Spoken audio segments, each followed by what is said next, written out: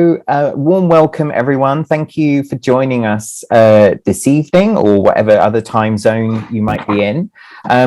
So I'm Richard Williams, and I'm a senior lecturer in music and South Asian studies at SOAS, University of London. And I'm really excited about this evening's session, and I'm very grateful for having the chance to chair it.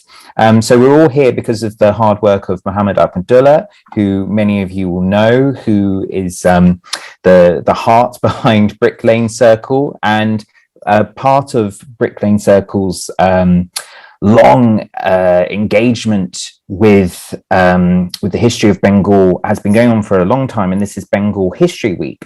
And usually, most years, Mohammed Abdullah arranges a whole series of events and talks and brings together all kinds of different speakers, filmmakers, creatives, activists to talk about different aspects of the history of Bengal and Bangladesh. And because it's 50 years of Bangladesh this year, Mohammed Abdullah has spread that week out far beyond the limits of 1 week. And so we are delighted to be able to continue exploring a whole range of different questions and topics through to December, where we are now. And so this evening, we are really excited to welcome Nasrin Khandoker.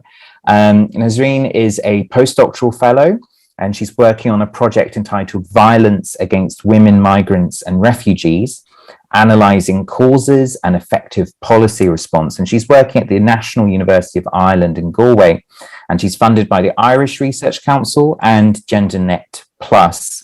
She's also an associate professor in the Department of Anthropology at Jahangirnagar University, and she's written articles on issues such as the critique of identity politics in relation to the trans Hijra community in South Asia, and critiquing the idea of women empowerment in development discourse and the consumerist aggression on the female body. Her work is really exciting and very, very important. I was particularly excited when I saw the title today, because Nasrin's going to be sharing with us aspects of her research on a genre, Bhawaya, and this is a genre which I've heard bits and pieces about, but I've never really engaged with in terms of close research. Very few people, at least writing in English, have. And hearing about Nasrin's work and reading her abstract for this evening, I think we're really in for a treat, because it's just very rare to hear kind of close critical engagement with this genre. And certainly I don't think anyone is doing the kind of work that Nasrin has been exploring. So her title this evening is Songs of Deviance and Defiance, a proposition of decolonial subjectivity through Bhawaya folk songs of North Bengal. So we will have time for Q&A. So if anyone does have a question, please save it until the end, and then you can either put it in the chat and I'll read it out to Nasrin, or we will also welcome questions if you want to turn on your mic after the talk. But for now, Nasrin, over to you when you're ready.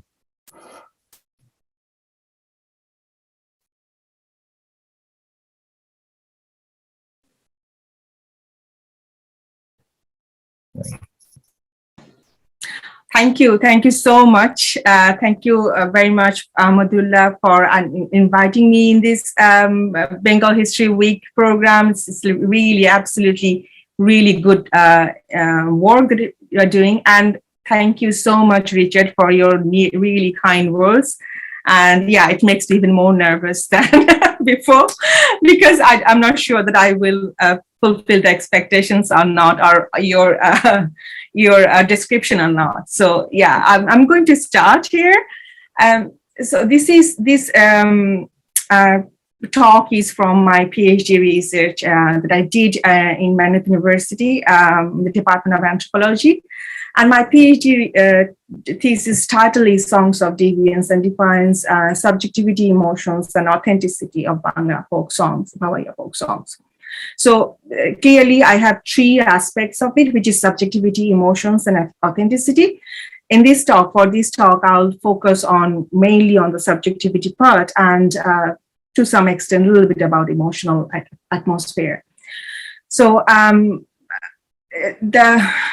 as Richard says, the bhawaya is actually it's really popular for Bengali speaking people because it's not really highly regarded. Bhawaya folk songs can be said to be the most popular folk song tradition of North Bengal, both in India and Bangladesh and parts of Assam as well. Most researchers would agree that Kuch Bihar was the center of Bhawaya songs, and after that, Rangpur in Bangladesh became the cultural center of Bhawaya. However, since it is the folk tradition of the poorest people who resides in the more rural areas, the more remote areas around Kuch Bihar and Rangpur are also considered the vital Bhawaya areas. For example, Jalpaiguri and Dinhata in Bengal, in India, and Gauripur in Assam, in India, and Kurigram, Lalmonirhat, and Chilmari in Bangladesh. Sorry, I forgot to change my slide. However, so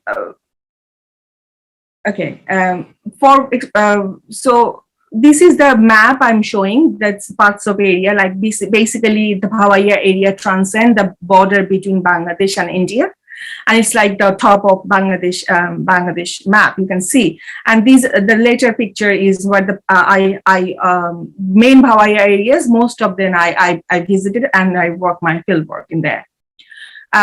So although it is not celebrated as the most prestigious it remains enormously popular for Bangla-speaking people all over the world.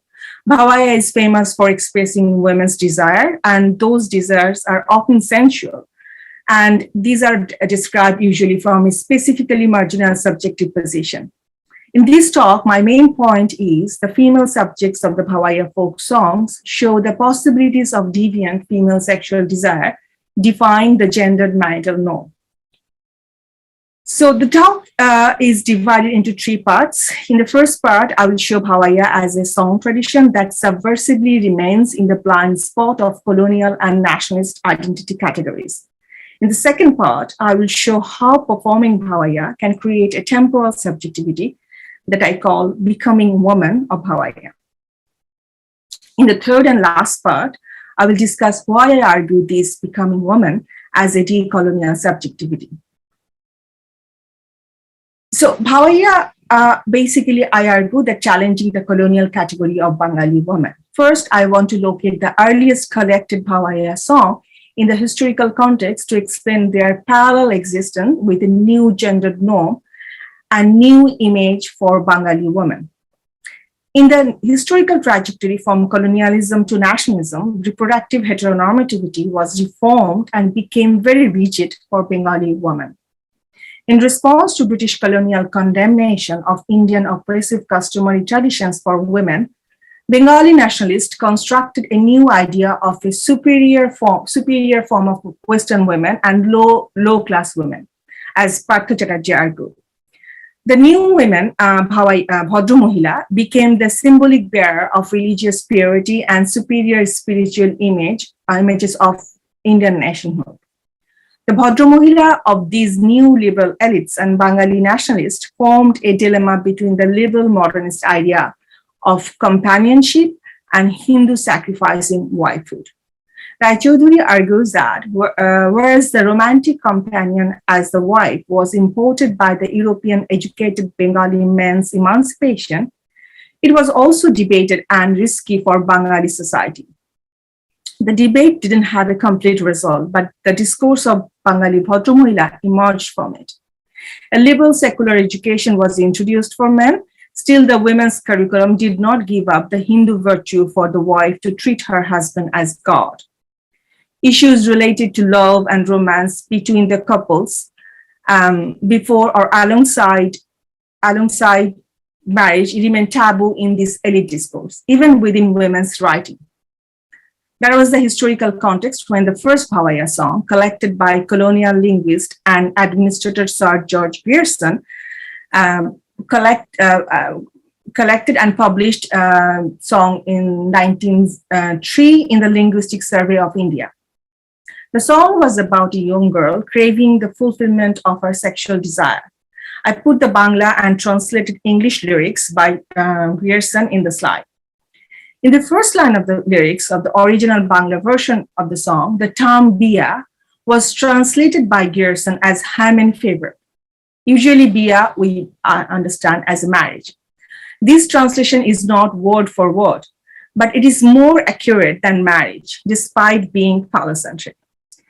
Biya in this song refers neither to a social nor a sexual contract, and that's why it is not referred as marriage. Instead, it refers to the eagerness of a girl to have her first sexual experience. That was around the same time as the emergence of the public sphere in the 19th century that Tonika Sarkar demonstrates. She argues that in the later half of the 19th century, the emerging public sphere was more inclusive of the lower class, as indicated by the vast number of cheap Bengali publications. Sarkar argues that adultery became the other of Hindu conjugal sexuality through analysis of these. Although she showed the resisting voices of women against child marriage in various middle-class women's writing, the issue of adultery remains unmentioned as immoral. Adultery as the other, as Tonika Sarkar explained, has no agency other than strengthening the self. This redefines the normative gender roles and a new notion of conjugality in the dominant narrative of India and Bengal. So I will play a Bhawaiya song for you to know what it is that I'm talking about. I have many recordings and video clips from my fieldwork, but I will not show them since the talk is being recorded and put up online. I think it won't be ethically correct to put up the videos without the participants' explicit consent to make them available online. So the first,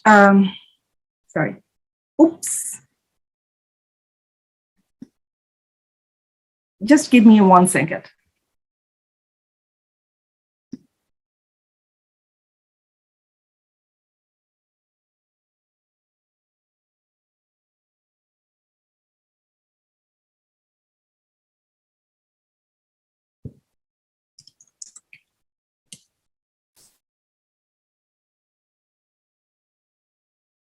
I mistakenly just crossed it. That's why I have the problem. So I'm taking just 1 minute.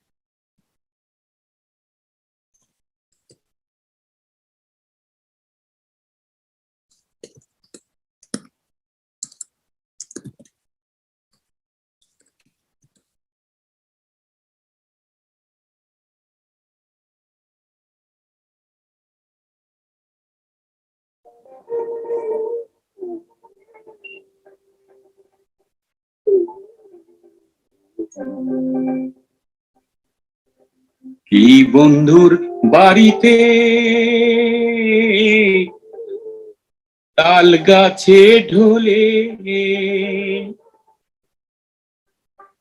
হ্যাচকা টানে পিরিত খসে মাঘ মাসি শীতে বন্ধুর বাড়িতে তাল গাছে ঢোলে হ্যাচকা টানে পিরিত খসে মাঘ মাসি শীতে কি যারে বন্ধু যা জ্বলিয়া গেলেন মোহনের আগুন নিবিয়া গেলেন না বন্ধু ধান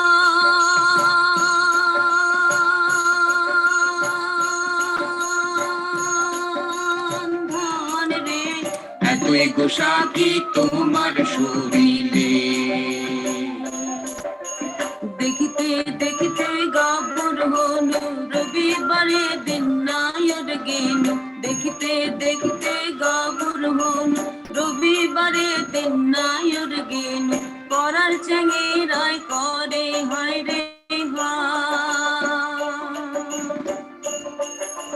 মোহিত পীড়িত করং না চেঙ্গরা বন্ধু ছাড়ে না মোহিত পীড়িত করং না চেঙ্গরা বন্ধু ছাড়ে না আরো দিয়া যায় পীড়িতের বায়না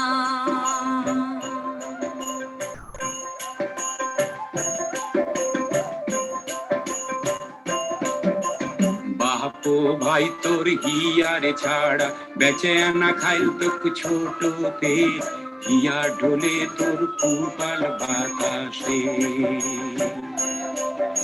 হে বাপো ভাই তোর হিয়ারে ছাড়া বেচে আনা খাইল তোক ছোটতে হিয়া ঢোলে তোর বাহাল বাতাসে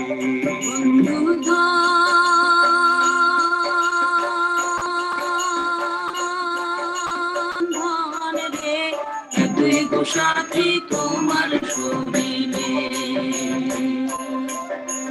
বন্ধুর বাড়িতে তাল গাছে ঢোলে আজকা টানে পীড়িত খসে মাঘ মাসি শীতে যারে বন্ধু যা চলে গেলেন মনের আগুন নিবিয়া গেলেন না যারে বন্ধু যা চলে গেলেন মনের আগুন নিবিয়া গেলেন না যারে বন্ধু যা চলে গেলেন মনের আগুন নিবিয়া গেলেন।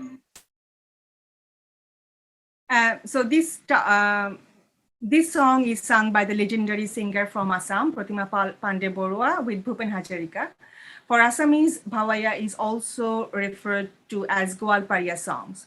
Gwalpara is one of the centers from where bhawaya emerged. It is impossible for me to translate the lyrics, but I will summarize them. This song can be best referred to as the lover's quarrel. The female subject of the song is supposedly coming to her parents' house from her in-laws' house, which is referred to here as Nayo. And upon her arrival, the neighbor boys are trying to flirt with her, and the male voice is supposedly one of them. This song and its metaphors are very sensual and expressive. This sensuality is not so bound in the marital norm. I don't remember the exact year of the song recording, but it is from the late 50s or early 60s. From the first published bhawaya songs to this one, it can be said that in many bhawaya songs, the sensual emotions of the female subjects have been explicit. Following the partition of Bengal, the Bhawaiya area of North Bengal was also divided by religious identity. The legendary Abbasuddin Ahmed was born in Kuch Bihar, but he moved to Rangpur, Bangladesh after the partition. Following Abbasuddin Ahmed, Bhawaiya became a significant folk tradition in Bangladesh. He recorded a HMV of Bhawaiya songs, and the recorded Bhawaiya songs quickly became part of the elite class's cultural elements. The recording was vital as, first of all, it eliminated the risk of the contentious contact between upper-class women with lower-class singers in the making of new Bengali Bhadra Mohila. And second, it was accepted and celebrated as a musical genre by the elites, despite being considered lower class. I'm going to play a really popular song that Abbasuddin recorded.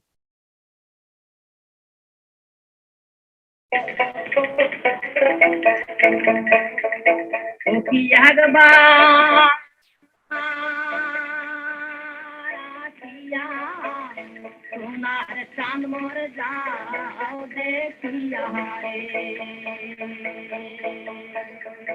ও কি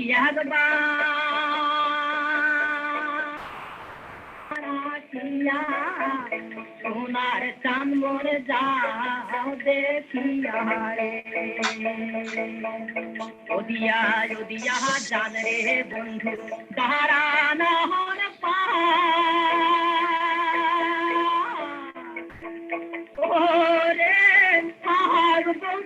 दीवार तू बार देखाए पावा भार रे ओ की अखबार आसिया सोनार चांद मोर जाओ देखिया थोड़ा कांदे तुम्ही कांदे कहने वाली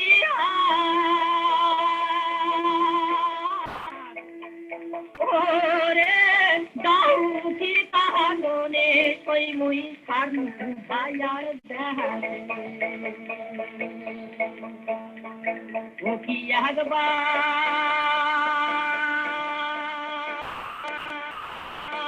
आसिया সোনার চাঁদ মোড়ে যাও দেখিয়া রে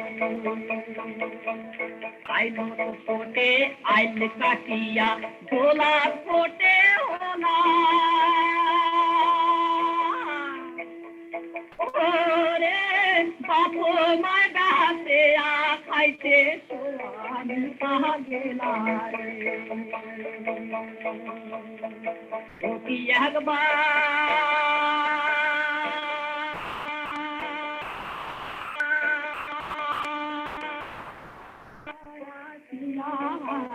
সোনার চাঁদ মোরে যাও দেখিয়া রে লোকে যেমন ময়নারে পোষে পিঞ্জিরায় ভরিয়া ওরে ওই মতো নারীর জৈবনে রাখি বাঁধিয়া রে ও কি একবার আসিয়া সোনার চাঁদ মোরে যাও দেখিয়া রে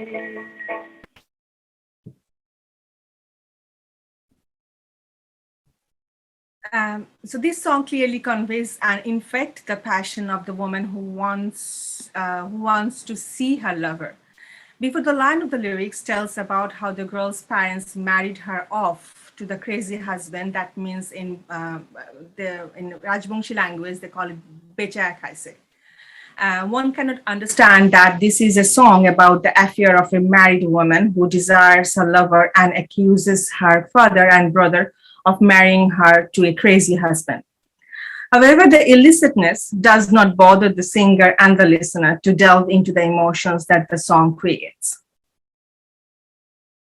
So now is the second part of showing the temporal subjectivity of becoming woman of Bhawaiya.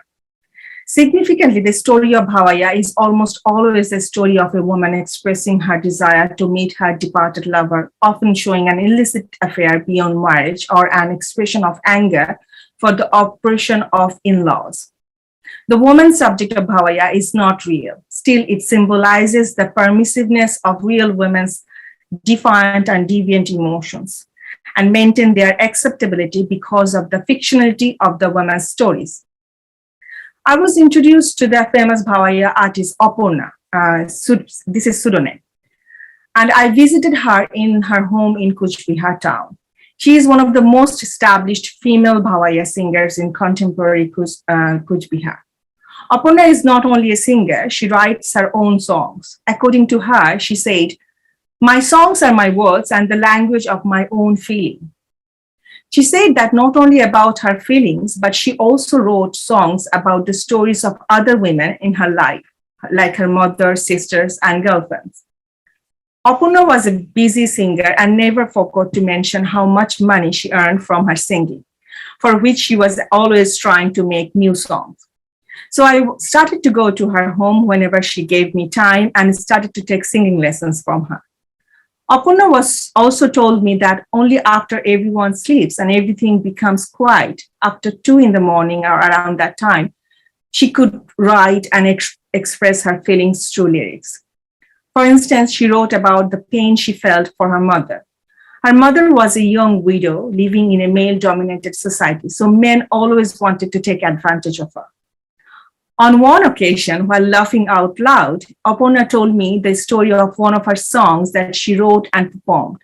It was the story of her sister, or more accurately, the story of her brother-in-law. He got married for the second time after leaving her sister. She said that she was so angry that she expressed her scorn through the lyrics and sang it in public while he was sitting in the audience. She laughed and said, although it was obvious to everyone that what was going on with the story I was telling, no one could object to bringing the family dispute in public. Her songs became her resisting expression that wouldn't be easily expressed in a normal conversation. Aparna told me how she made her way to where she is now, to her determination to sing Bhawaiya. In a small town like Kuch Bihar, her dominant presence in Bhawaiya scene is unusual in society. She lives in a 3-story house, not a mansion, but earns enough money from singing to provide for her family. Neighbors and female guests gather on the bedroom of Aparna, where she practices and teaches singing to the other girls, including me. On the way to her bedroom, we had to go to another room where I first met her with a few other women hanging out with her. The next day, she took me to her bedroom. She keeps her harmonium, crest, framed certificates, and pictures of various stage performances with many famous people in her bedroom. She has a desk here, there, where she sometimes sits for writing songs. She offered, at the same time, she had some whiskey on the table. She offered me some whiskey that she kept beside her bed. This was very unusual, as drinking alcohol carries one of the worst social stigmas, especially for women in India and more so in Bengal. In a small town like Kuch Bihar, it is even more stigmatized. Drinking alcohol is a very effective criteria to stigmatize a woman as bad, but Aparna did not care. "Do you not fear for your reputation?" I asked her. She laughed. "I keep my bottle of alcohol with me openly. I'm not afraid of anyone. If I was, I could not be here where I am now. I do not walk putting my 2 feet in 2 different boats." That means she said that "Ami dui naukai pa diye choli na." However, I heard a lot about her from others that she is not a good woman. But Aparna is an example who denied being bound to the idea of a good woman and instead decided to be devoted to her passion for bhawaya, sacrificing the normative life expected for a woman. She does not care about her bad name or being treated as a bad woman. She is vocal and resists the normative expectation that denies her passion, and she lives that life that she dreamed of. However, it should be noted that in the interviews that I had with the other interlocutors, most of them were not like Aparna.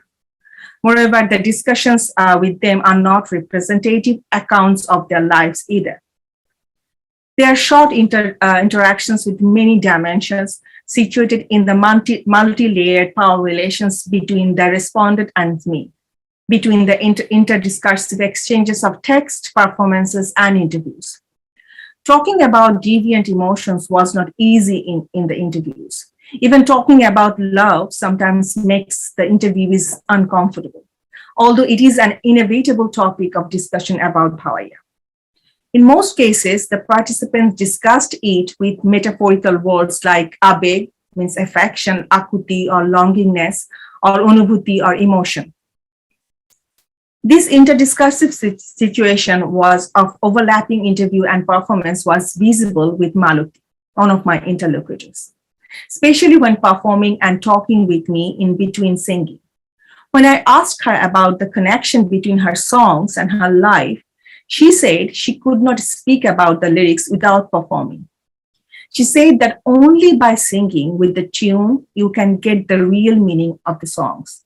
The real emotions come through this. In her day-to-day life and in my discussion, in the discussion with me, Malati distanced herself from the woman of bhawaya. She did not connect her life with the song lyrics, but for her, performing the songs require one to be the woman of the song, saying that if the story doesn't match with me, I imagine someone I know with this type of story and go there, become herself. The songs, the woman's sufferings, despair, or desire are not far from her life. It's very much connectable. This temporal subjectivity of becoming the woman of the song only becomes salient through the connection of the songs with the performer. My other research interlocutor, Parul Roy, living in Lalmonirhat, was a busy working mother with a life full of struggle. When I asked her whether she wrote any of her songs, she laughed and replied, "I do not need to write the songs by myself. Most of them are about women like me with similar feelings, so all the stories are our stories." Parul explained how she managed to get her singing lessons even when she didn't have any money to pay for them. She said that she used to work at her guru's house, followed his orders, and was ready to work as his maid, as all simply to take lessons. According to Parul, her guru was so kind that he never exploited her and always protected her by treating her as one of his children. She said, because of my love for Bhawaya and passion for learning it, I worked so hard that I barely had any time to play during my childhood. And not that I wanted to play either. I want to sing, and I want to sing for as long as I breathe. When I came back from her house, she walked me to the rickshaw and told me, the life of a woman is not easy. It's all struggle. But I never let myself feel sad about it. Instead, I feel blessed that I have all I want from my life, and I struggle to keep them in my life. When you work for something you love, it's worth it. Parul was energetic, young, and struggling, but she seemed very happy and proud. Her face lit up when she told me about what made her feel content and satisfied with her life. Her positive energy was infectious, and I brought those feelings back with me. As she said and I saw, Parul can become the woman of Bhawaya, full of life, passion, and expressive determination. However, becoming the woman of Bhawaya is not only limited to the biological gender. Instead, it can challenge that gender binary. My fieldwork on Bhawaya people and the area led me to experience many musical gatherings. They ranged from formal to informal adda, from regular rehearsals to actual performances on a stage. On one of the days, I went to the foundation of Badul. He teaches Bangla folk songs to children in his informal orphanage alongside their education. Badul took me to his home, which mainly consisted of a room with a bed and some couches where he and his family sleep. But he has a DIY studio within his house compartment. After the lunch, the 3 female children from ages 10 to 16 of his orphanage that he refers to as his children sat together as part of their regular practice in the studio with the musicians and songwriter members of the organization. They all sang, and they were expecting me to record their songs. Badul performed last with a song about a young wife crying and complaining to her grandmother because her husband got married again and brought the new wife home. As Badul was singing, he choked into tears and couldn't sing. He continued to play the harmonium as he tried to control himself, wiping his eyes several times, and finished the rest of the song with a weeping sound. A girl from the orphanage, Henna, was sitting beside him, who he introduced as his sister. She was looking at him sadly, then wiped her eyes too, and then kept listening to the song, looking at the floor and continuing to wipe her eyes through the rest of the song. Another girl, Sabina, was playing Mondira, who looked sad but did not cry. 3 other musicians playing dhol, tabla, and dotara kept playing sadly. I was sitting in front of them recording and feeling lost and sad, not only because of the sorrow of the girl expressed in the lyrics of the songs, but because of the sorrow that Henna and Badul were expressing. I felt emotionally connected with them as they were feeling the connectedness with the girl's story in the song. It derived from an encounter between bodies which were present at that scene, in addition to the instruments that were played and also the histories and context that directed these. Now, why do I say that this becoming woman can be seen as a form of decolonial subjectivity? The experience I had with that musical gathering, I felt that not only Badul, while singing and crying with the pain of the woman of Bhawaya, everyone present at the moment was becoming the woman of the songs. So I see decolonial possibilities of that very moment. Because central to the theoretical inquiry of female sexual subjectivity is the trajectory of subjectivity from French psychoanalytic theories influenced by the Lacanian approach to post-structuralist feminist analysis of subjectivity. But while the French psychoanalytic feminists provide a conceptual rigor to go beyond the fixed identity categories and the possibilities of a multiplicity of female identities, it does not offer a conceptual path to see it in the intersections of multiple power relations. This is why the arguments of decolonial feminism became central to examine a decolonial subjectivity. Decolonial feminism explored the possibility of overcoming the coloniality of gender to see non-white women by exceeding categorical logic that put gender and race as a separate category and makes colonized women as an empty category, as Maria Lugones argued. She argued for a decolonial subjectivity constructed on the ground on a historicized and incarnate intersubjectivity. As she also proposed, thus it is not an affair of the past. It is a matter of the geopolitics of knowledge. It is a matter of how we produce feminism that takes the global designs for racialized female and male energy and erasing the colonial difference takes that energy to be used toward the destruction of the world of the meaning of our own possibilities. With Lugones' proposition as a guideline, I see the subjectivity of becoming women of Bhawaiya through the performances that create an effective atmosphere and with the figuration of rhizomes, the way Deluge and Guattari showed. That rhizome that do not have any start or end, they're multiple and connected. These multiple subjectivities of intersubjective connectedness are constructed by the performance of Bhawaiya and the emotional atmosphere it creates. I take the idea of becoming from Deluge and as developed by Rosie Braidotti as the process of constructing multiple subjectivities. For Braidotti, the reference to woman in the process of becoming woman does not refer to empirical females, but rather to socio-symbolic constructions. This subjectivity is subversive as it challenges the normative science of masculinity to which Badol is expected to conform. As Braidotti argues, the becoming woman is subversive in that it actively transforms the science, hence the imperative to become a woman as the first move in the deterritorialization of the dominant subject, which is also known as the feminization of man. Here I see the subjectivity of becoming woman as a first step towards challenging the gender binary that reduced woman to the other, to a subcategory of being.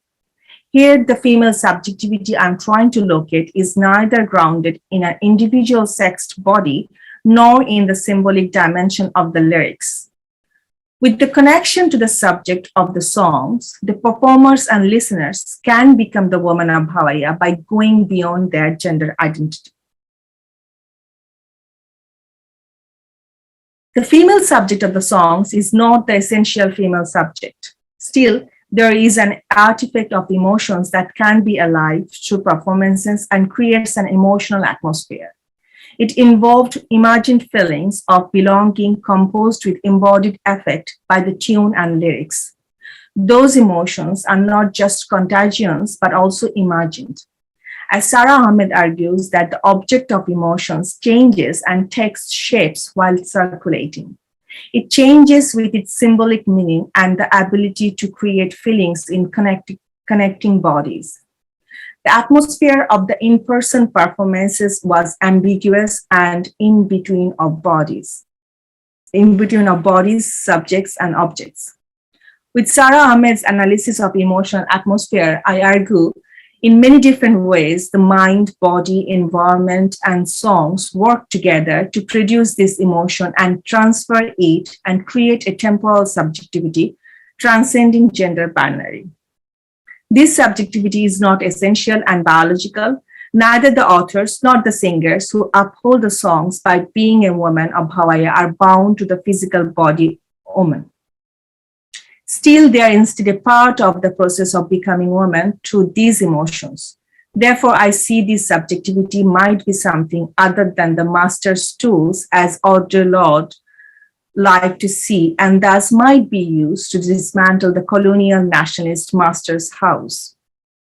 I see the possibilities of dismantling the colonial category of fixed gender binary that Maria Lugones criticized as coloniality of gender towards a decolonial subjectivity by becoming the woman of Bhawaiya. And that's it. Thank you. That's wonderful. Thank you. Yes. Thank you. So we've got lots of time for questions. Thank you so much for that. It was absolutely fantastic. Really, really interesting. And it was so nice that you could bring in, you brought in so much. You brought in the sort of historical perspective on this, the kind of colonial Bodrumahila context for it. You brought in your field work. You also had recordings, and then you also had theory. So that was a feast of a paper. So thank you. Thank you very much. I've got lots of questions, but I will open up to everyone. So anyone, you can either wave at me or raise a digital hand, or you can write that you have a question in the chat, or indeed you can write out your question in the chat and I will read it out if you don't want to say vocalize yourself.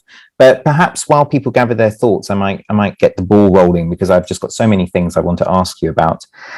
I suppose one question I have, and again, I don't know this genre at all, so I'm just making comparisons with other genres from North India and from Bengal.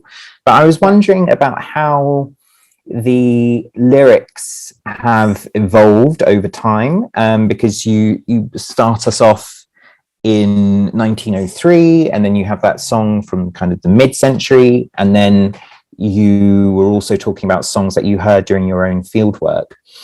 And I was just wondering if you've noticed any periods when people were adapting the lyrics or trying to tone them down or perhaps censor them.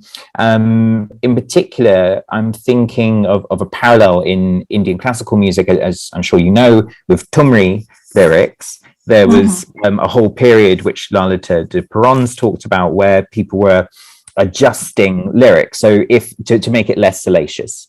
So if, for example, it was saying, you know, oh Krishna, I miss you, and my bed is empty, they would change the word bed to city, right? And so then, you know, or instead of oh Krishna, stop touching my breasts, it would turn into oh Krishna, stop touching my arms. And so we can see there kind of very clear moments where people have changed the lyrics to make it less salacious. So I was wondering if you've spotted this. Were there any periods perhaps when they were trying to make Bhawaya a kind of more kind of, you know, a song for the nation of Bangladesh or East Pakistan? Were there any attempts to try and clean up the lyrics, or is it consistent?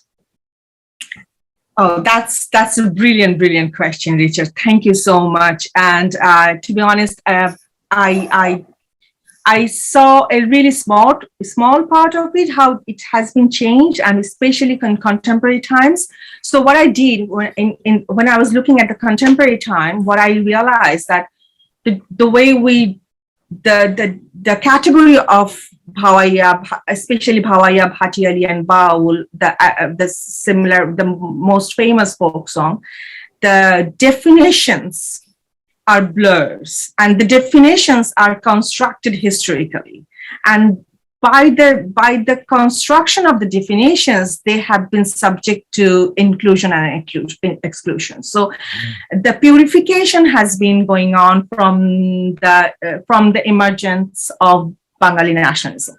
And I showed that even I can say that the first recorded, I learned from one of the closest of Afghanistan, Abbasuddin Ahmed, that he was saying that when Abbasuddin was selected the songs for recording, they had to be very, very meticulous to select the proper songs and not the vulgar ones. So the selecting and purifying Bhawaiya songs has been going on from the moment it has been recorded first. So it was the first time. And the second thing is about, I looked at, there are different parallel agents of authenticating the pure songs or purified songs. So there are many forces are at work. So in contemporary times, Bhawaiya particularly and Baus are institutionalized.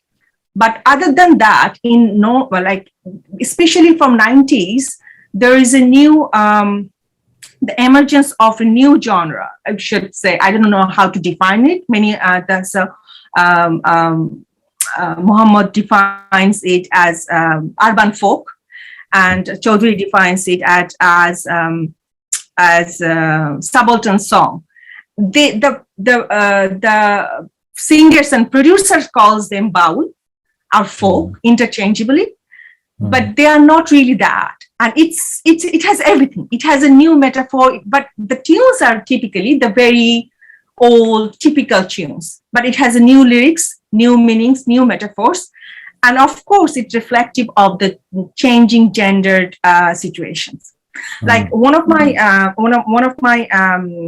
interlocutor was saying that when she tried to teach, because she's a teacher, she tried to teach boys to Bhawaya songs. She couldn't find the proper songs that boys should sing.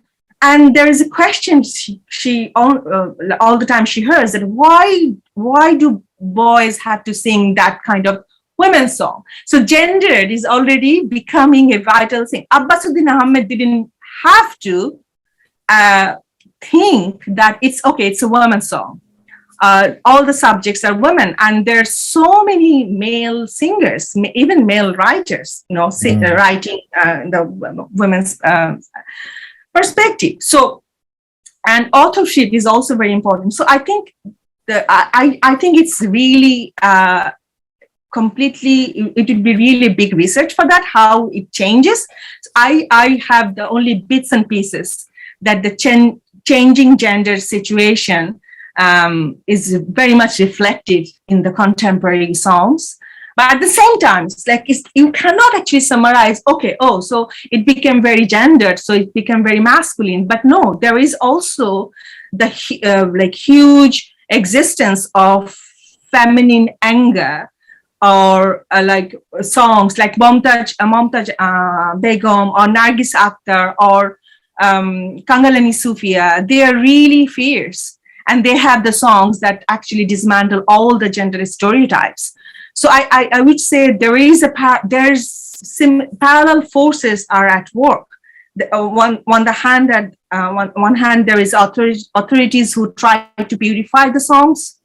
On the other side, there are counter hegemonic trends from the, which actually I talked about this in conference, exactly that authorities, that there is a young urban folk genre, like you can call folk fusion, like Arup Rahi, Anushiana Dil, Maksudul Haq. They're very famous and they're doing it. And it's I can say, like Arup Rahi says that it is as a public cultural product, not a folk song. So for them, it's a kind of it's a matter of identity, it's a matter of belongingness. So it's a kind of countering all the authorities.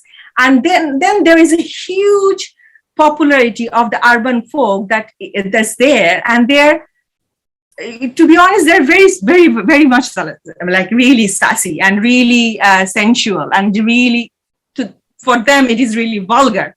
I'm not saying that, but it has been accused as being vulgar.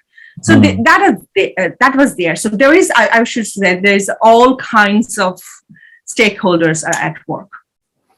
Sorry, I took too long. No, that was fascinating. Wow, absolutely, so interesting. But we do have a couple of questions. So shall we start off with Hannah Ahmed? Thank you. Well, first of all, Nasrin, that was a very, very beautiful presentation, and the way you started it off with your fieldwork and then theorizing how you think about your fieldwork. So I actually do have a couple of questions about your fieldwork. Since I'm also currently on the verge of starting that, one of the first things I wanted to know was you talked about your interviewing women writers, the women who had written those songs. I wonder if you have already also spoken to men writers, which you kind of mentioned that in response to Richard's question as well. And I wonder, like, if you have spoken to the men, how have they talked about, like, how they thought about female sexuality? What did they say? The second question is about, like, you as a researcher, you're also a woman.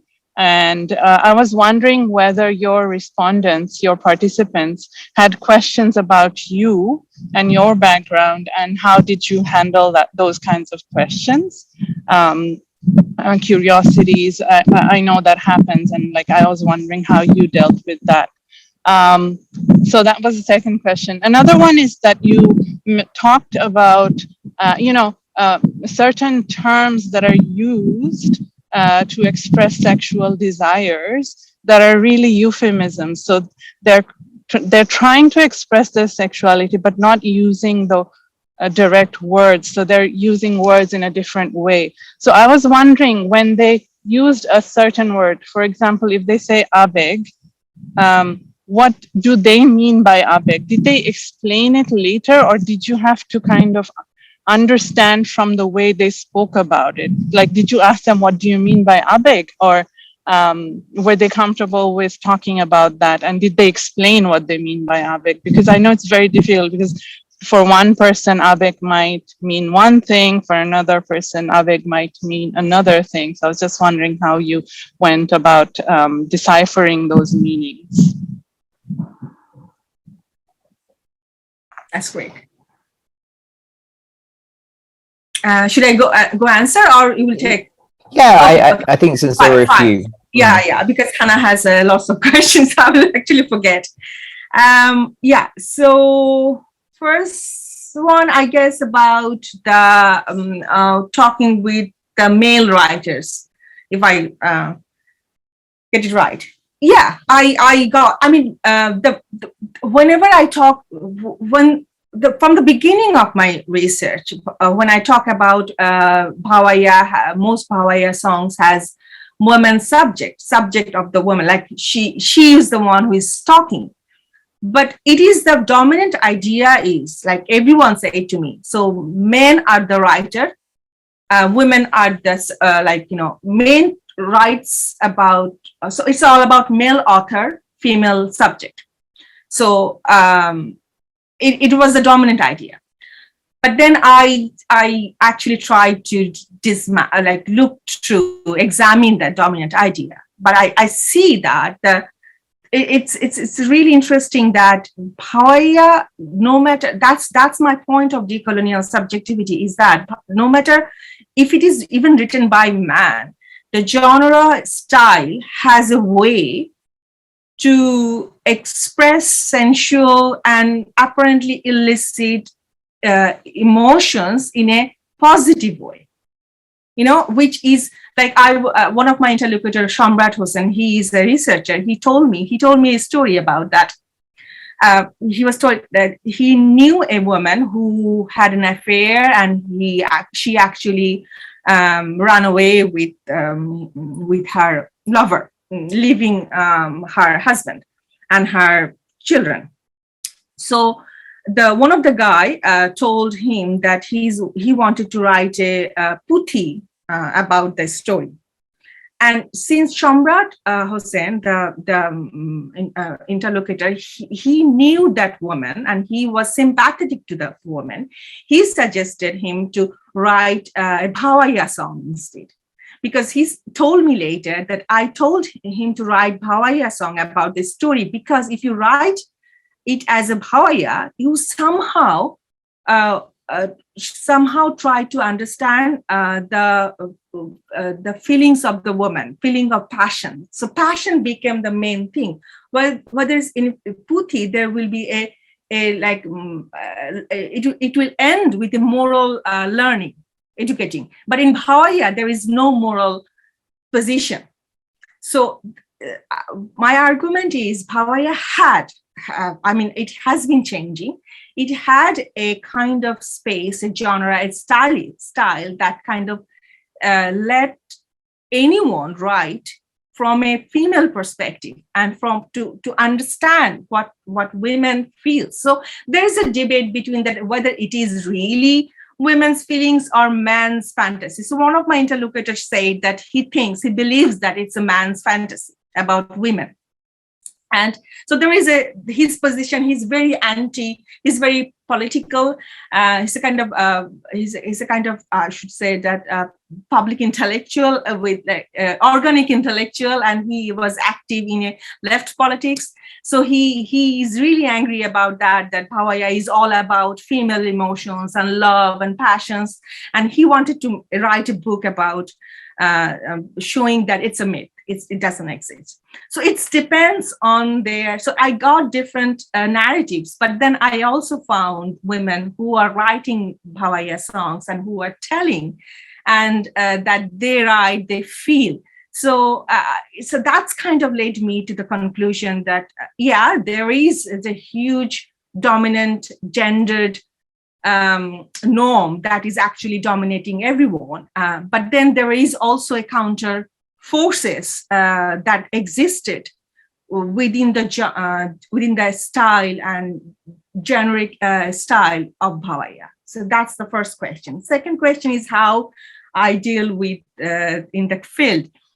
It was very interesting because, especially in Kuch Bihar, if it was so my first field was, my field work was divided into phases. First phases, I went to Kuch Bihar, India, and second phases, I looked at Kolkata and Dhaka to understand the contemporary situation. So first, when I went to Kuch Bihar, it was difficult in a way that in Bangladesh, I had a kind of protective circle, and I have a kind of middle class university teacher kind of position that gives me more access to the powerful networks. But the way I went to Kuch Bihar, it was tricky because I went with a 9-year-old, and everyone in there for first or second sentence would ask, like, where is your husband? So that's very important. It's a very normal. And I had to make up a idea or how to deal with it, because that's a matter of gaining trust. But at the same time, it also gave me kind of access to the women, because I am not really the normative way in that for the women interlocutors. So whenever they ask me, and then they come to a conclusion that very quickly, especially women, they come very quickly, you should not stay within a marriage if you're not happy. So they would say that. And they start to say how marriage can be a bad thing. So it's sometimes, so it was a difficult thing to get into the, in a powerful network. But then for my interlocutors, it also helped me, especially the presence of my daughters kind of loosen the, the formality. So so my daughter used to be hanging out with me with her iPad and everything, but it kind of it's interesting, and the way I interacted, I had difficulties in Kuch Bihar because I started to get kind of abusive phone calls at some points. People wanted to know, and it gets a bit tense because at that time there's a Dhaka attack happened. The Dhaka attack in 2016. This is the time. So I kind of wrapped up my field work in Kuch Bihar for that. So, but I didn't have problem. I didn't have problem with the women participants much, but I had problems with, especially to deal with male who wanted to know and that was a difficult thing because usually I would be accompanied by a man, like appropriate company. I should not be alone with the kid. So it was tricky, but then we learned to, because it was similar to Bangladesh, and I kind of know how to deal with the social situations there. And also it's tricky for me, another thing that I actually did not fit into the normative categories. Like if you think about Western researcher, it will be male. And if it is not male, it should be white.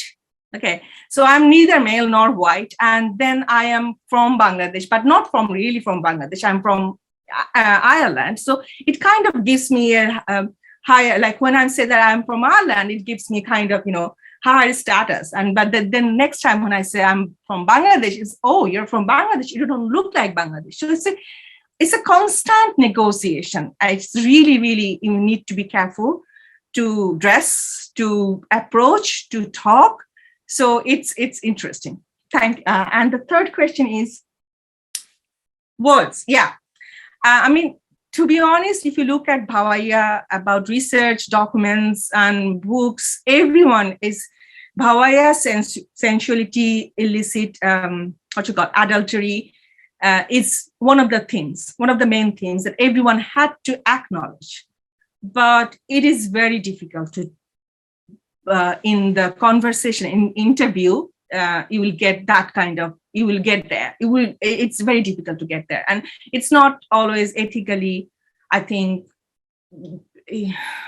I didn't want to talk, I didn't want them to talk about the things that they don't feel comfortable with. So it's not that I can force it, but it doesn't matter at the moment, you know. It's when, if you say there, say big. But when I was talking about Maluti, when she was saying, when she wasn't singing, she was saying, because no one actually, everyone respects me because I don't go everywhere and I don't sing vulgar songs.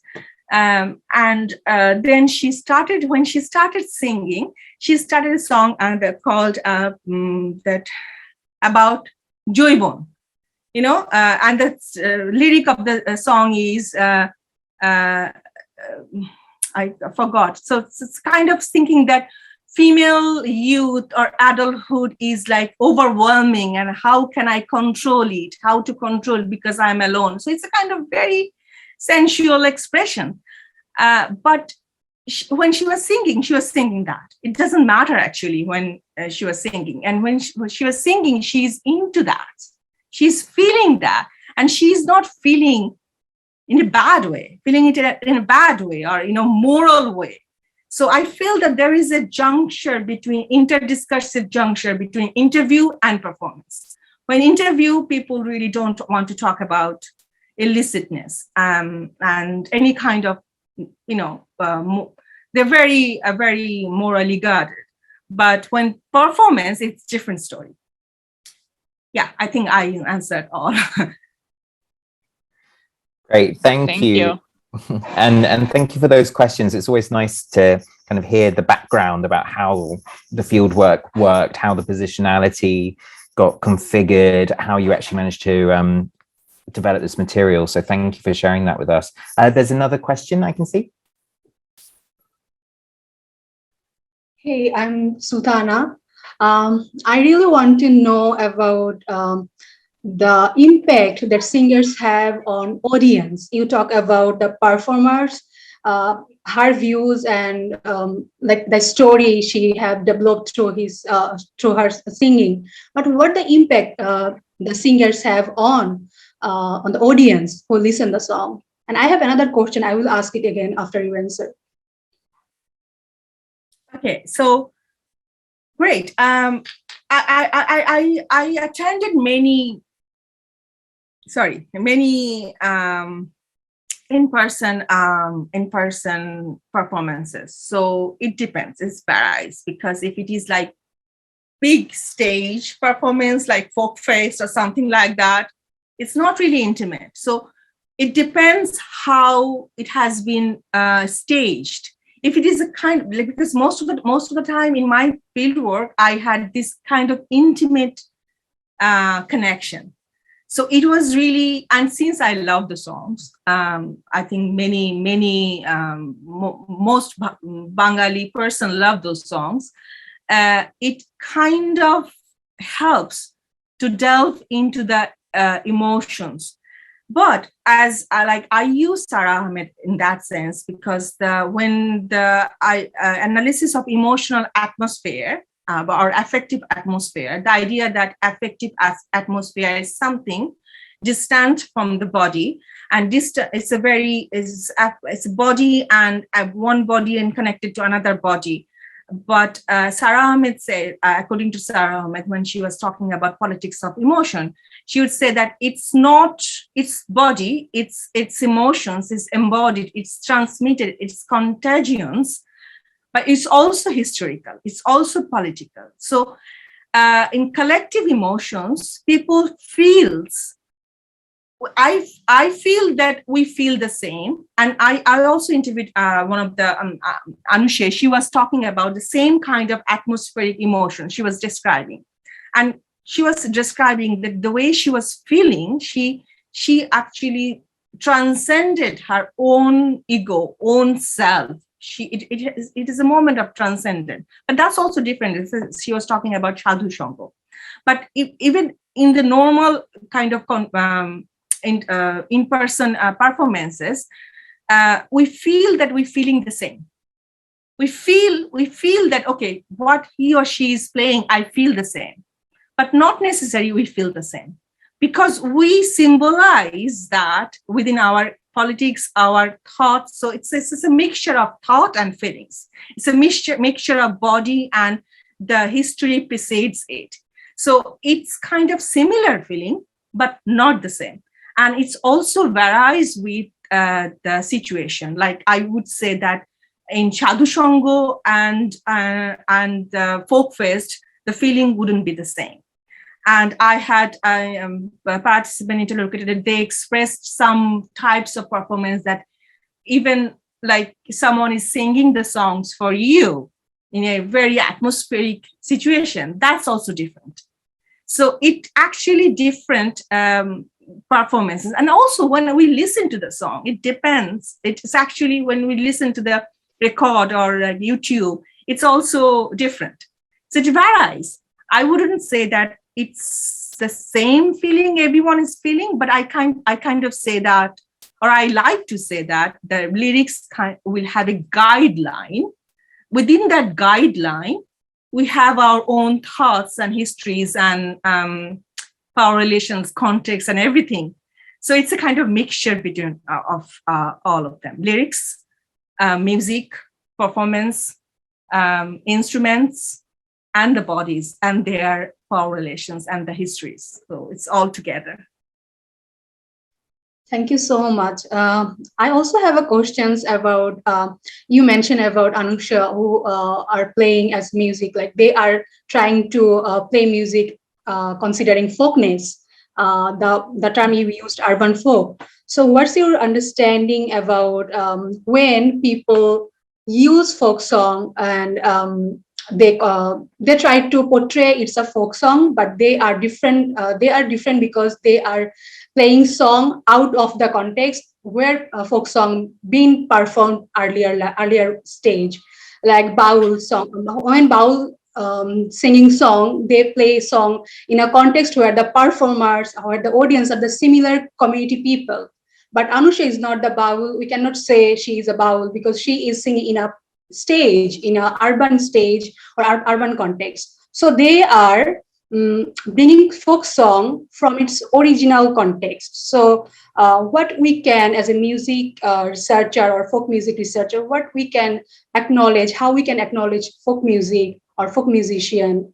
I really think like we should acknowledge older singers. We should bring out the cultural property and cultural ownership concept to benefit folk musician. What are your understanding about this matter?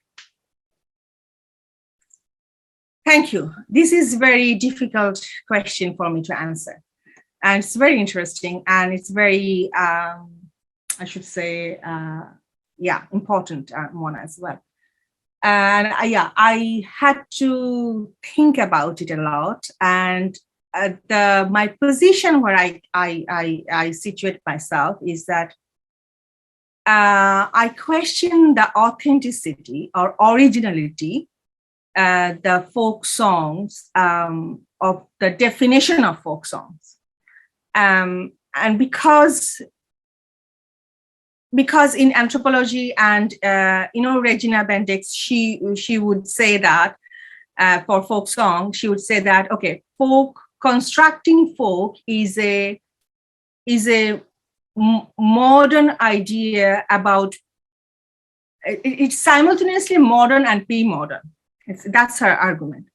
But then Saris and argues that it's not simultaneously modern or pre-modern. It is modern idea about pre-modern.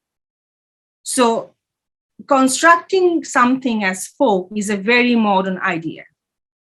And so it's not a folk originality, it's that like, and that's also where decolonial feminism helped me, because when Maria Lugonez's says that it's not a matter about past, it's a matter about what we are constructing now. Something that is different than colonial categories helped me, taught us to do. So it's a very conscious construction. And that's why I do not find it problematic what Anushe or what Aruprahi was doing, as a way that they are not trying to represent something that is old or past or authentic or tradition. They are making something new. But I do understand your point that the way Baul has been capitalized, if it is capitalized, because it's in the capitalism, it's all things matter is who gets the credit, okay? So, and then in the whole capitalist framework, it's very difficult to put in the folk, because folk doesn't exist in capital. Because idea of folk, the way it has been defined in the beginning, that folk is, and there's a difference between mass song, the famous debate between Hemango Biswas and Soli Chaudhary is that the debate between folk song and mass song. So mass song is a cultural what do you call the cultural stunt is industry. Yeah. So and folk, the Hemango Biswas would say that, okay, we should not do that as use folk as a cultural industry. Okay, we need to. So there's a debate around that. But at the same time, he would say that it's not God. He has a thing about the folk song is not a gharana, it's bahirana. We say gharana as a kind of authentic that wanted to kind of close the tradition. He would prefer to say bahirana, that means people. But that's a kind of, I really don't know how to solve this problem. I don't know how to actually, but I do know that the way, okay, Anushe and that urban youth who are middle class or upper middle class who are doing baul, that's not urban folk. That's kind of folk fusion, I should say. Urban folk is different than that, because urban folk is really for the marginalized people, and they are really poor. They really try to survive, because the songs are very popular, but they are not getting any money from it. They are not, they don't have any money, literally no money. And they're not getting any, even in the YouTube, because they usually use middle person, because they don't have the technological access or material. So they cannot put up things in the YouTube. So if the songs are all really played like millions of views, but they're not getting any profit from it. So the folk, urban folks are really the marginalized people. You can say they are the folk songs, they are the folk people, they're the original folk people, but they are the one who are mostly attacked or accused to pollute folk, because they used vulgar words, they're used as tune, and they use all. It doesn't actually match with our middle class moral sense. So I think what Tonika, Shumanta Banerjee would say, that Bhadra Mohila in 19th century, the way the Bhadralok has been disassociate Bhadra Mohila from those contentious traditions from the local, the Bedini and Neri. It was kind of similar situation. You can see it here, that there is a trend that of really lower class musical tradition, but that Bhadra Mohila, our contemporary Bhadra Mohila or Bhadralok, they don't see that as a real folk. The real folk is only the Baul one, or the one, not really the Baul's esoteric traditions, but Baul as a very humanitarian, Pythagorean perspective. So it also very purified in that sense. So there's a lots of, I would say that I don't know how to benefit them, how to make the folk singers' life better. I mean, I don't have any solution for that. But I do not actually want it to see in a framework of authentic tradition, if I make any sense. Thank you so much. I also believe like there should not be any authenticity, but there should be some recognition and acknowledgement for the singers who play the song. And what the urban folk or Anusha are playing, they are really contributing to rebirth the older song. That's totally okay. My argument is we should do something, the person or the people we are researching. That makes more contribution to the people. Our books doesn't work that much. If we can really contribute to their life, that's more important. That I believe. So I asked about that. Thank you. I think that brings up another layers of, I think, not only Anushe or urban folk fusion singers. It's also relation between researcher and research subject. Like it really keeps me awake at night, because what did I do? What did I do for them? And when I worked with them, when I hang out with them, I felt clear expectation from them from me, because for them I'm a representative of elite, and I'm talking about them, but I'm not really doing anything for them. So I should say that it's also a matter of researcher, power relation between researcher and researcher. Yeah, and these things may be more complicated for people who research in like subcontinent area, Bangladesh, India, because most of the people are poor. So they demand something from us when we go for research. And I really feel bad for them because we don't have that to give something for them. So yeah, I can understand. Thank you so much. Thank you for that, Sultana. The conversation's gone into some really exciting and important directions. Two more questions have popped up. Shall we start with Sidra Muntaha? Hi, can I just say this is an absolutely fascinating conversation. I have way too much to say about this, but what I'm really interested in is that some of the participants were saying things that were considered in line with social norms and wanting to conform, i.e., there's a sense of, oh, I'm speaking to this elite person, I better behave myself. But then when you saw them perform, they were the artist, the authentic artist self came out, and the emotional connection with the music was obviously quite apparent. And it's really interesting because it made me think that these are the authentic artists who don't have access to YouTube and fan bases and all these PR and marketing strategies. They live and breathe the art, unless they're sort of kind of put on the sort of, unless they're asked questions which might make them feel a little bit uncomfortable, perhaps, with the mainstream society. That contrast with artists now in the music industry and music community, where there is a real kind of difference between the authentic artist self and the image of the self. And the music industry and what it does to artists and performing artists, as I work a lot with artists. And it's what's really interesting and pure about the people that you're describing is that they've retained their art and their integrity, authenticity, in a way that isn't always possible in modern music industry. Thank you so much. I mean, I really don't have an answer of that, because my background is not music, and I'm an anthropologist, I'm a feminist, and I love folk songs. But that's all. And I didn't actually raise with any singers in my family, so it's not I'm not from a very artist singing background.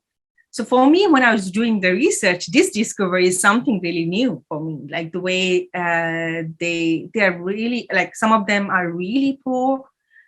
And I mean, for some of them, especially in Kuch Bihar, they try to get the artist card. If they have the artist card, showing the artist card, they will get some monthly allowances. So that's something for them. It's very important. And they keep talking about it in the normal conversation. And that's their means of survival. And that's very, I would say that it's a conflicted subjectivity of between them than when they try to use art to survive and when they perform. When they perform, I mean, it's not only them that they cry, they feel, they infect those emotions, and it's something that creates. And I'm not even sure that they are aware of this authentic artistic self or not, but I felt that. Surely they are, because many of them actually are really passionate about what they're doing. Even though they are very poor and they don't have any other means to survival. But I saw many, especially one of the really famous artists in West Bengal, Aisha Sharkar, whose name most of my name I used here, all of them are pseudonyms. I didn't use their original name, although they gave me permission, but I wasn't sure that how I'm going to be helpful or not, because as an artist they gave me permission because they thought it might help their exposure, but I'm not sure this is the way to get an exposure or not. So that's why I used mostly the pseudonyms.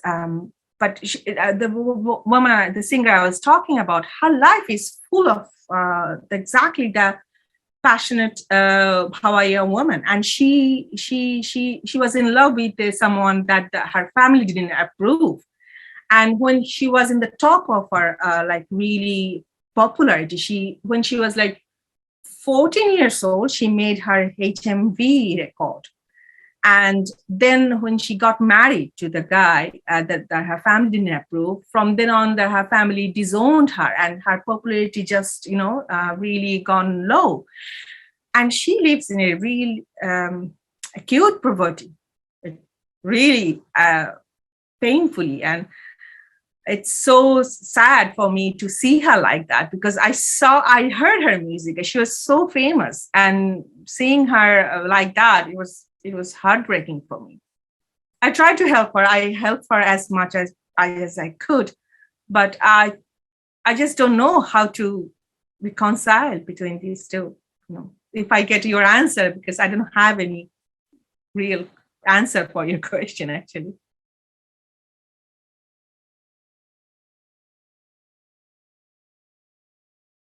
Well, I mean, maybe it wasn't an answer, but as a comment and a reflection, that was very rich. And again, I think this is a classic problem that a lot of people are facing, and certainly in my own department, my colleagues are constantly coming up against this, and it's strange because when you are in the university setting, we have our ethical clearance forms and we do all the training, etc. And it really doesn't cover any of the reality of the actual decisions and the long-term relationships and expectations, obligations, all of that comes with the field work. So thank you for being transparent and honest about that.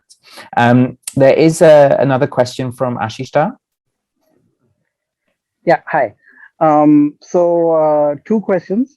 The shorter, easier one first. This is just purely out of ignorance. Like, I was just wondering about the language difference, coming from Bangladesh. I was just wondering about the language difference. Language? The language difference. The language difference between, like, if there was any, between, your native, language from Dhaka or from, Bangladesh. Was that at all different? And did you have any, communication, even slight differences, like between, Urdu and Hindi, that kind of thing, between, Indian, Bengali, if there was? I just don't know. So I was just wondering about that. And second was about, kind of also further from some of these discussions about the poverty and the the researcher subject dynamic, about just money, like plainly speaking, like, so all your interviewees, all your research subjects, was there any financial transaction? Did you pay them for their time? And also, like, did they, whether you did or not, did they ask you for payment for their time that they gave you for your research? Okay, thank you very much. First question is very interesting, actually. I will go for second question because that's easier to, that's quick for answer. First of all, in the funding I got or the ethical review, I'm not supposed to give my interlocutor any money because the idea that it affects the, what you call, data, authentic data that they might feel that. But that's really, that, as Richard shows, that really is not reflective of the reality. It's the totally opposite. I'm taking the time, so I should pay at least for the time, And so what I did, since I didn't have any formal approval for that, I couldn't. And most of the time I had to say, even before I go there, contact, I had to clear that I cannot have any kind of financial. So I have to say that explicitly, or like, or sometimes I try to bring some kind of, social gifts or something like that. In some cases, I was asked money, and so I gave it to them. And when they were asking directly or kind of direct expectation. So yeah, I gave as much as I could from my experience. So that's all that there. And the first question. Sorry to interrupt. So when you did pay, that was from your private pocket, like your own personal funds, not any official. No, because I'm not supposed to give. My budget didn't allow it.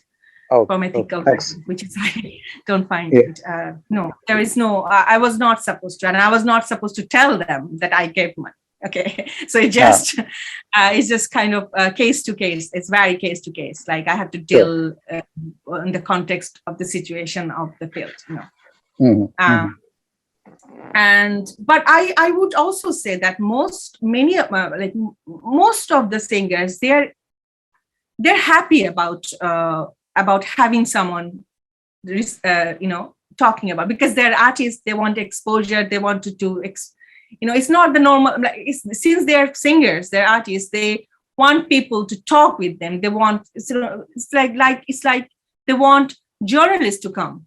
So that's how they want researchers to come to them. So it's a kind of, most of the time I was very welcomed and very positively welcomed for the singer. But of course it varies with power relation between me and the subjects, because if the singers are situated in a very higher power relations than me, social class than me, then it would be difficult. It was difficult. In some cases, it was difficult for me to get access. And then I used my influences or whatever, like my social capital, cultural capital, to get to that position.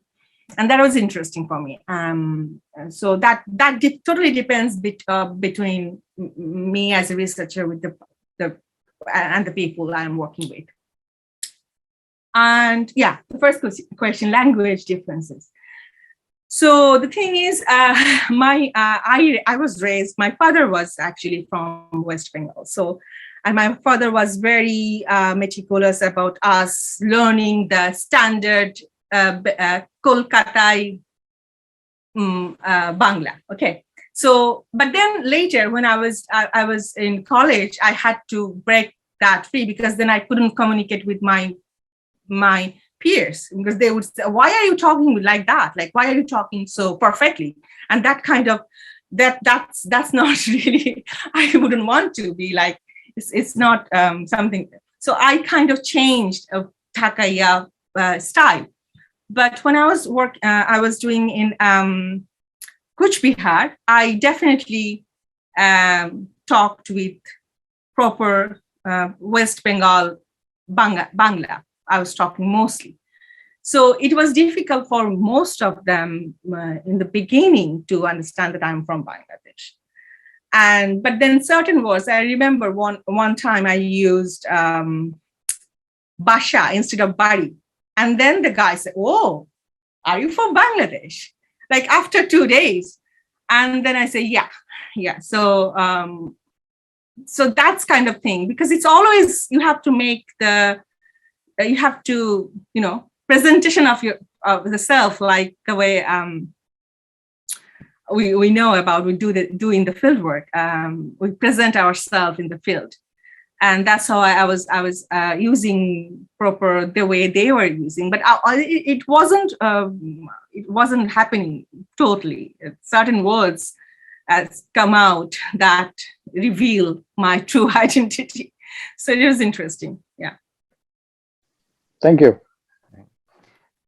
Thank you. And just to add on to what you were saying at the beginning about, ethical clearance and payments, etc. Again, this is something that comes up a lot for researchers who work with music, because again, you're in a situation where perhaps you are having music classes or you are watching someone perform. And normally, if someone's having classes, they would be paying for lessons, or if they are going to watch a performance, they would be paying the performer in some way. And so, again, whenever it gets into the territory of ethnomusicology or any kind of music research, these kind of grey areas do happen. So it sounds like you've approached it perfectly and tried to kind of work your way around these things. We've had quite a few questions about your methodology, your field work, your positionality and things. So I had a couple more questions specifically about the performers and the actual genre, if you don't mind. One question, and again, this is just coming purely from a sort of basic level, because I don't know much about this genre. Could you say more about actually where the women were performing, like in what context were they actually performing? Because you were working across very different places. And so are we talking about small gatherings? Are we talking about festivals that are set up as kind of lokgan or folk music? And in particular, I was thinking back to that brilliant anecdote you had about the whiskey, and would people kind of be talking about the fact that she was openly drinking whiskey, etc.? And of course, that is a metaphor for this whole thing, I assume. Was there pushback, criticism about women singing these lyrics? Were people talking about them and making assumptions about them as individuals on the basis that they were singing this? Or has it sort of now got to the stage where, this is a folk genre, it's from North Bengal, it's great that they're singing it, no problem? I'd be interested to learn more. Thank you. First question is very, it's like I used purposive sampling. So I went from one key informants, then others, and that's how I found.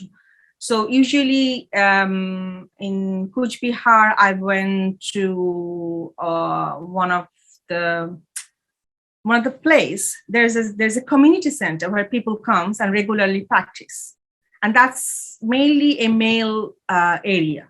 Most of the time, there were the male bhawaya singer who goes there. So from them, one guy who actually knew most of the female singers, and female singers practice in their home.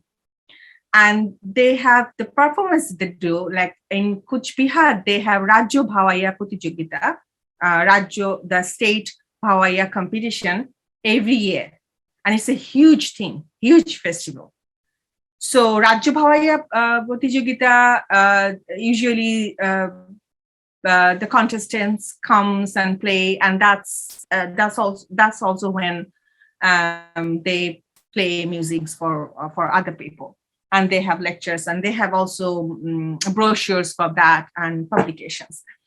And they have regular, I think, the school level, because when I was there, it was a whole day, Hul Dibosh. there's a Santal whole I can't remember the exact.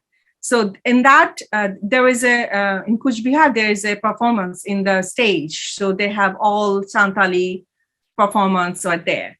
So Bhawaya, since Bhawaya is institutionalized in Kuch Bihar, in West Bengal, they have loads of festivals, and the women that performs. What used to be was really my interlocutors have said there used to be a lot more village-based or community-based or neighborhood-based performances, like in a special season. So they would make a mala or something they would perform. Sometimes they would do in a different kind of celebrating different days, the national days or something like that. So that and local, and also radio. They perform in radios. And in West Bengal, there is a channel named Uttorer.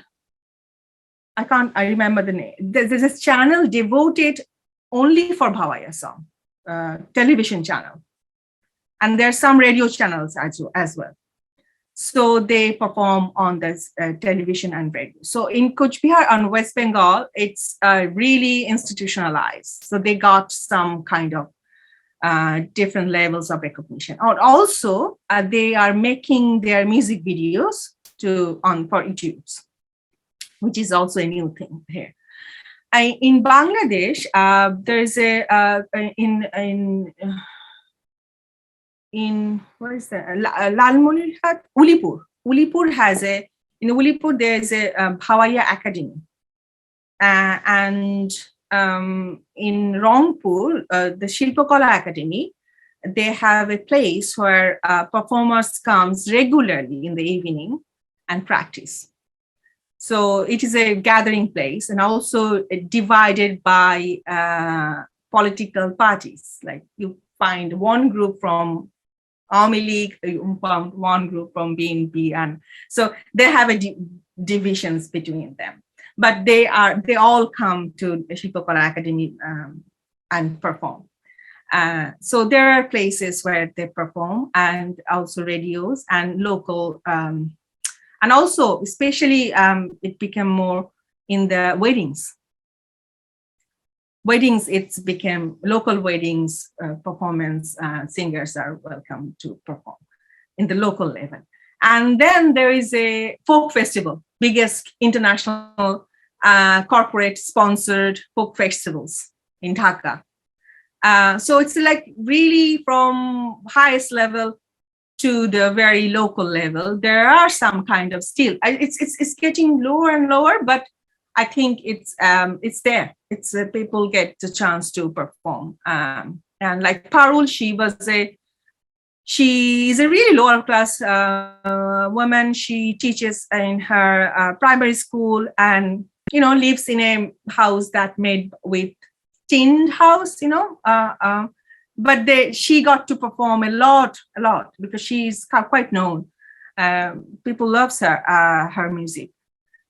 So if someone sings well, they get the chance to perform. But definitely that is not enough for their survival. They have to do something else for their.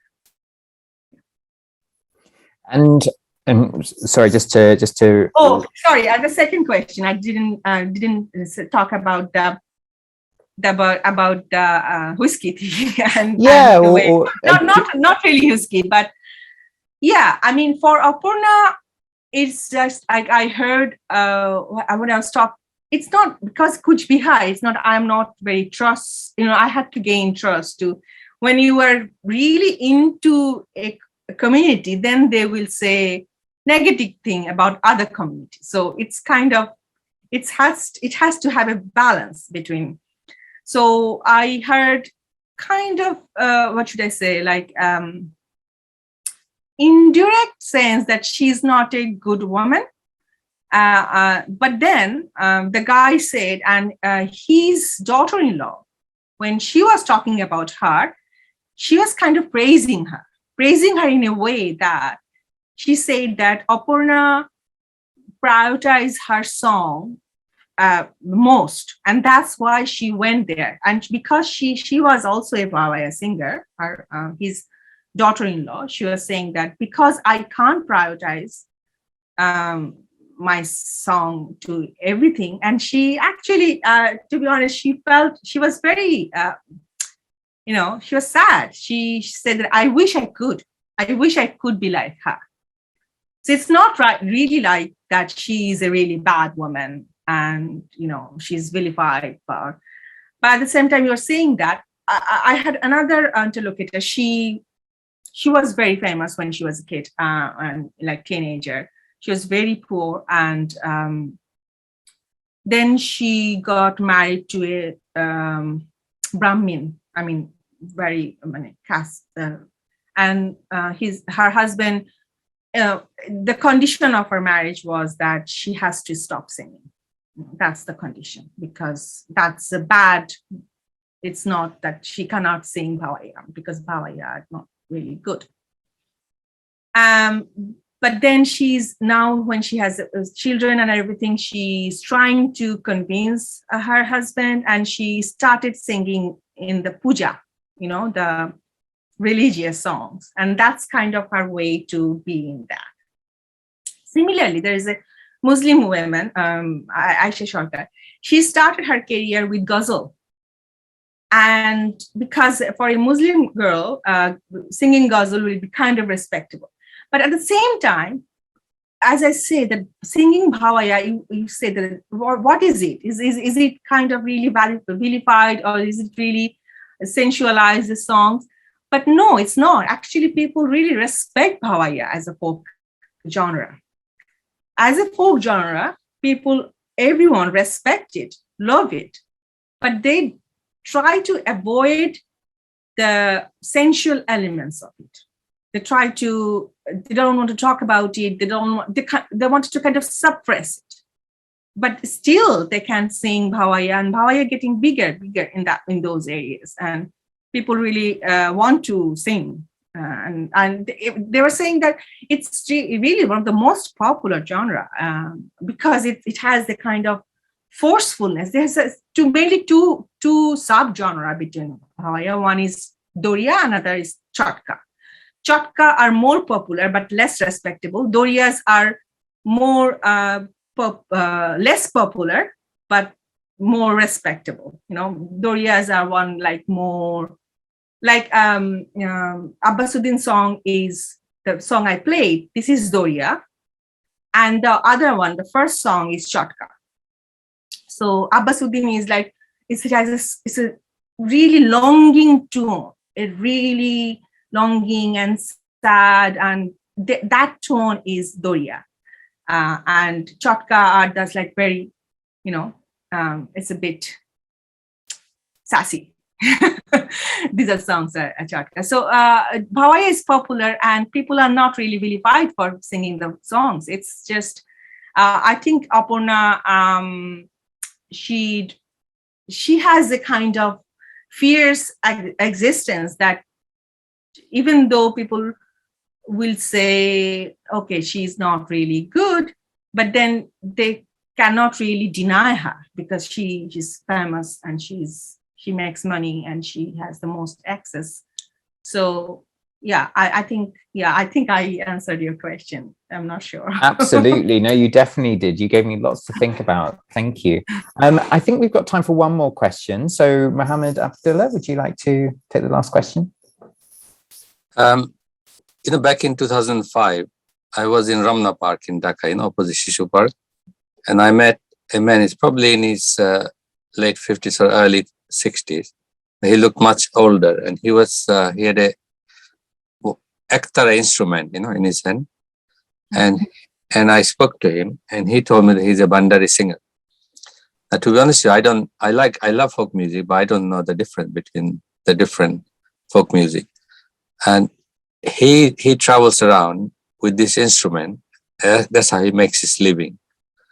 He sang 6 songs for me, and I recorded with a very high quality recorder. I still got them. I put one up on YouTube. I gave him a small amount of money. I didn't know how much to give. And people said, give him 200 taka, right? So I gave him 200 taka. Now, do you get Bhawaiya singers like this who travel around, singing in the parks, in the marketplace, on the road to make a living? No, Bhawaya Bhawaya genre is not like really the roaming, the different sects of, like, there are many forms. Pandari, I don't even know the name, but most, like, everyone talk about everything is Baul now. So Baul became the overarching category of all the differences. But there are actually many differences between them. And Baul also is a very constructed throughout the whole nationalization process. So, but Bhawaya is a bit different. Bhawaya people, I mean, the idea when I ask about them, that when people talk about the origin of Bhawaya, it was there, like Moishal, Garial. They are the main professions of Bhawaya singers. And Baudia means the one who wander around. Baudia, but they are not wandering around for singing the music. They're wandering around for work, like going to the jungle or like woods for their other works, and then they sing Bhawaya. So it's not wholly for singing purpose. It's a Baudia. They call it Baudia. Baudia means like wandering around, who goes to different places. So one of the interlocutor who has a theory that Bhawaya is not about female passion and everything, his theory is that Baudia is used as a derailed person, derailed guys who just wander around, who doesn't have any connection, and they are not really respected people. They're the derailed people, and they made the songs with their fantasy of women. It is one theory. But then most interestingly, for Goalpara and Kuch Bihar, the main character that the female subject address is Moishal, Mahut and Moishal. Mahut, who tame elephant, and especially Potima Pande Borua, their area, Assam is the main character is Mahut. For Kuch Bihar, it's Moshal, and for Rangpur, it's Garial Bhai. So Garial means bull cart driver. So bull cart driver, and the interesting tune of Bhawaya is that when a bull cart goes on the muddy road, it has a kind of break, and that's how the sound breaks.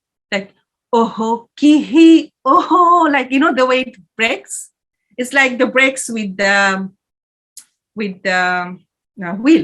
The way muddy road breaks it, and that's why when the Garial sings that song, he breaks his voice. So its main profession is Garial, Moishal, and Mahut. Used to be. It is kind of imagination of the past. But Mahut doesn't exist, Moishal doesn't exist, Garial doesn't exist in contemporary society. So now Bhawaya is mostly as a mainstream song genre. Perfect, thank you. So I think we'll probably wrap up there. So thank you so much, Nasrin, for sharing your work with us today. I think, apart from the actual kind of core material you were talking us through, you've really demonstrated how much there is to say about these different Bengali genres, how much more there is to explore. We started. Oops, sorry. There we go. Sorry, there is that. Sorry, I just mistakenly played it because I had to click it. I'm sorry. Oh, it's perfect. More sound the better. But no, I mean, this conversation is touched on gender, ethics, fieldwork, complications, practicalities, positionality, the singers, and then also there was this really interesting discussion about new developments in urban folk fusion, all of these different styles. So thank you so much for opening all these doors with us this evening. And again, a big thank you to Muhammad Abdullah for putting on these events. It's just so wonderful to bring together people who may not kind of cross paths that easily otherwise. So thanks to you both for sharing this with us this evening. Thank you. Thank you for having me here. I mean, that was brilliant. And I'm so happy to be able to talk about all of this, because it's so many things that, you experience whenever you like 4 or 5 years of field work and research and everything. So yeah, it springs up everything. And I am so much, the interesting thing is I'm so much embedded with it, like my upbringing and my whole position on it is so interesting for me. And so yeah, it's my pleasure. It's really, I love to talk about it. And thank you for giving me the opportunity. And thank you for agreeing to speak in our platform. And Richard for chairing. Richard has spoken several times before, and his stuffs are always fascinating. And your stuff been really incredible today. Learned a lot, but it was also enjoyable. Not only gaining knowledge, there was some kind of enjoyable factor, in the whole thing. Thank you very much. I will try and put it up on YouTube tonight or tomorrow morning, and then we'll share this wonderful session. Thank you, and the audience for joining and participating.